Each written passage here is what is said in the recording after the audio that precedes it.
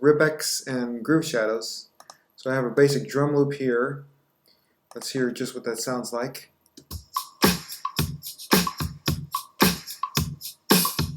So it kind of goes on and on like that.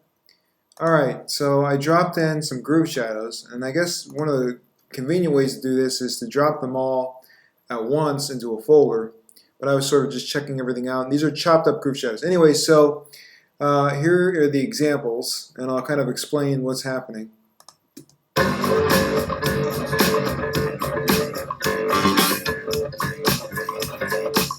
So there we have just a basic groove shadow, and then the pitch is quantized, and I think it was something like, so as you can hear, that's pretty close with the tempo with the quantized version, so that's interesting.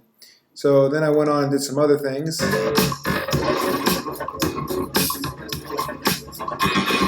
So there we have just another groove shadow just dropped in there.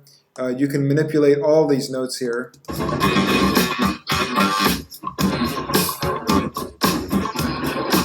So all these little squiggly lines can be affected with either moving them around, or you can adjust different parameters of them using these tools here.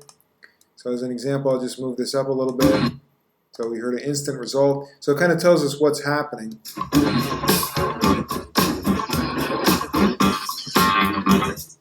So for instance here, if I wanted this to go up a little bit, and then we can select that and then apply additional effects. So that's really incredible because everything here has like a per note effect, and then you have all these additional tools. And then for the spectral stuff and cleanup stuff, you also have this little audio suite here for cleaning up, audio repair. You also have some scripts. So let's keep going.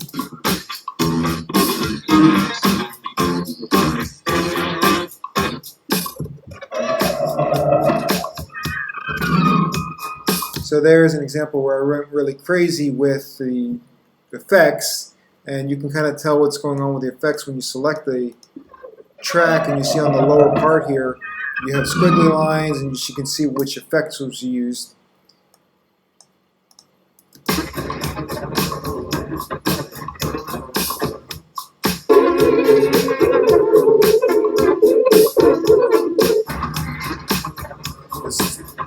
That's the same shadow, just sort of affected differently. I don't know what the hell that is.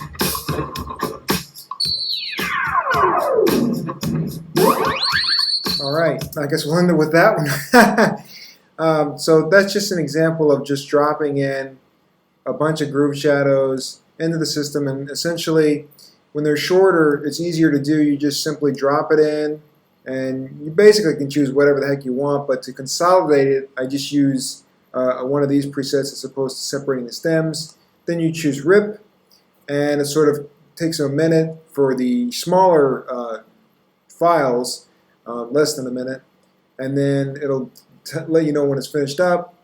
And then once that happens, you can see what's going on with the RIP itself and pull it in where you want to drop it. And you can actually drop these into the same layer, so you don't have to worry about this huge mess that's created by having too many layers. Alright, I'll leave it at that. That's an example of some of the things you can do with just dropping in groove shadows, chopping them up. See you later.